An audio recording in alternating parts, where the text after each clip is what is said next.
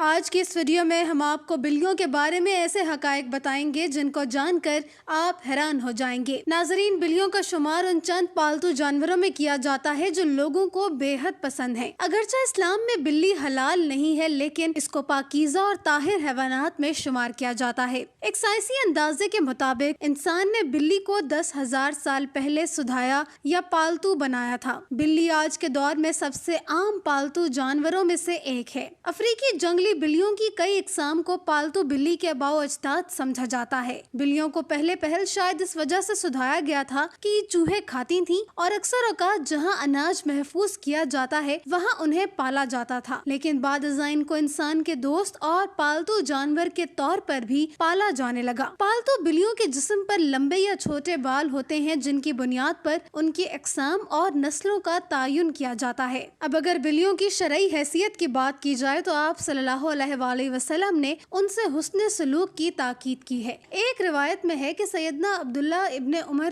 رضی اللہ عنہ سے روایت ہے کہ رسول اللہ صلی اللہ علیہ وآلہ وسلم نے فرمایا، ایک عورت کو بلی کی وجہ سے عذاب ہوا، اس نے بلی کو قید کر کے رکھا یہاں تک کہ وہ مر گئی، پھر اس بلی کی وجہ سے وہ جہنم میں گئی۔ جب اس نے بلی کو قید میں رکھا تو نہ کھانا دیا، نہ پانی، اور نہ ہی اسے آزاد کیا کہ تاکہ وہ خود کیڑے مکوڑے کھا کر گزارا کر لیتی، یعنی کہ اس نے بلی کو تڑپا کر مارا تھا، اس لیے وہ جہنم میں گئی۔ اس کے علاوہ بھی بلیوں کے بارے میں کئی احادیث اور روایات ہیں جن میں سے چند آپ کو بتاتے ہیں۔ ایک روایت سے یہ بات ثابت ہے کہ بلی اگر کھانے میں سے کچھ کھا کر چلی جائے یا پانی پی جائے تو وہ پلید یا نجس نہیں ہو جاتا۔ حدیث مبارک ہے کہ ایک عورت نے حضرت عائشہ رضی اللہ عنہا کو ہریسہ بھیجا تو وہ نماز پڑھ رہی تھی۔ اس عورت نے ہریسہ وہیں رکھ دیا تو بلی آئی اور آ کر اس میں سے کھا گئی۔ عائشہ رضی اللہ تعالی عنہا نے نماز کے بعد اسی جگہ سے ہریسہ کھایا جہاں سے بلی نے کھایا تھا اور فرمایا، بلا شبہ رسول کریم صلی اللہ علیہ وآلہ وسلم کا فرمان ہے کہ یہ بلی پلید اور نجس نہیں ہے، بلکہ یہ تو تم پر آنے جانے والیاں ہیں۔ حضرت عائشہ رضی اللہ تعالی عنہا بیان کرتی ہیں کہ میں نے رسول کریم صلی اللہ علیہ وآلہ وسلم کو بلی کے بچے ہوئے پانی سے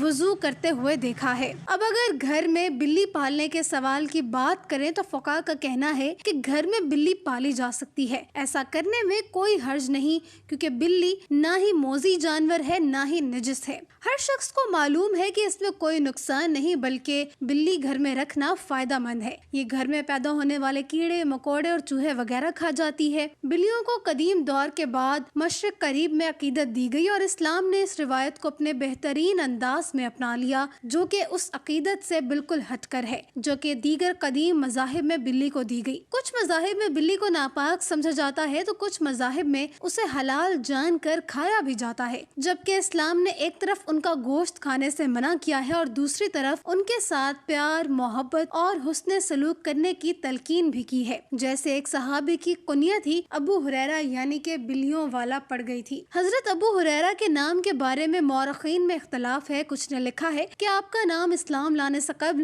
عبد الشمس تھا اور کچھ کا کہنا ہے کہ اسلام لانے کے بعد عبد الرحمن رکھا گیا۔ کسی نے عمر بن عامر لکھا تو کسی نے عبداللہ بن عامر، لیکن آپ کا اصل نام راجہ قول کے مطابق عبد الرحمن ہے۔ ابو ہریرہ آپ کی کنیت ہے اور ابو ہریرہ کنیت رکھنے کی وجہ یہ تھی کہ آپ کے پاس ایک بلی تھی جس کو آپ اپنے ساتھ رکھا کرتے تھے، اس لیے آپ کی کنیت ابو ہریرہ پڑ گئی۔ ایک دن ابو ہریرہ رحمۃ اللہ علیہ نے دیکھا کہ گرمی کی شدت سے ایک بلی دیوار کے ساتھ چمٹی ہوئی ہے، تو انہوں نے اسے اٹھا کر گرمی سے بچانے کے لیے اپنی آستین میں چھپا لیا۔ ناظرین، یہ روایت ثابت کرتی ہے کہ گھر میں بلیاں پالی جا سکتی ہیں۔ اگر کسی کو شوق ہے تو وہ ضرور پورا کرے، مگر ان کے کھانے اور پینے کا پورا خیال رکھا جائے اور اسے کوئی تکلیف یا پھر ایذا نہ دی جائے۔ سائنسی اعتبار سے بھی گھر میں بلی پالنے کا ایک بڑا فائدہ ہے اور وہ یہ کہ بلیوں کو انسانی لمس بے حد پسند ہوتا ہے اور انسان بھی اس سے محظوظ ہوتا ہے۔ ماہرین کے مطابق بلی کے لمس میں اللہ نے ڈپریشن کے مرض کا علاج رکھا ہے اور اس کے بالوں میں خاص قسم کے بیکٹیریا پائے جاتے ہیں جو انسانی جسم میں ڈپریشن کو کم کرنے میں مدد دیتے ہیں۔ چنانچہ پالتو بلی کو اپنے ساتھ لپٹا کر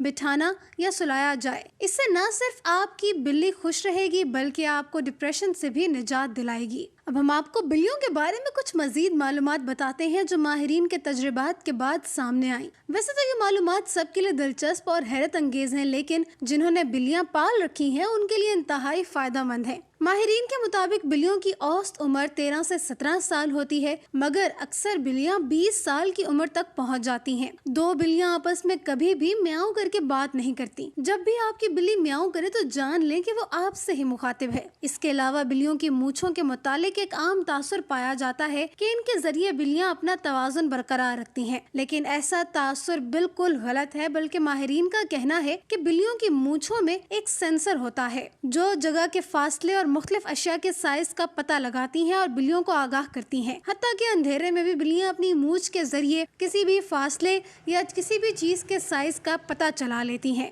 بلی کو کسی بھی صورت ایذا دینا شرعاً جائز نہیں ہے۔ بلی ایک پالتو جانور ہے، جیسا کہ پہلے احادیث مبارکہ میں بیان کر چکے ہیں کہ نبی کریم صلی اللہ علیہ وآلہ وسلم نے اس کے بارے میں فرمایا کہ یہ پلید نہیں ہے، بلکہ یہ تو گھر میں چکر لگانے والوں میں سے ہے۔ تو بلی کی تمام تر قباحتوں کے باوجود رسول اکرم صلی اللہ علیہ وآلہ وسلم نے اس کے ساتھ نرمی کا اظہار فرمایا ہے۔ ہمیں بھی آپ صلی اللہ علیہ وآلہ وسلم کی پیروی میں اس کے ساتھ نرمی کرنی چاہیے، اور اگر کوئی بلی خونخوار اور گھر کا نقصان کرتی ہے تو اسے مارنے کے بجائے پکڑ کر کسی دوسری جگہ منتقل کر دینا چاہیے، یا پھر دور دراز علاقے میں چھوڑ دیا جائے تاکہ وہ اپنا ٹھکانہ بدل لے، لیکن اسے قتل کرنے کی اجازت نہیں دی جا سکتی اور نہ ہی تکلیف دینے کی۔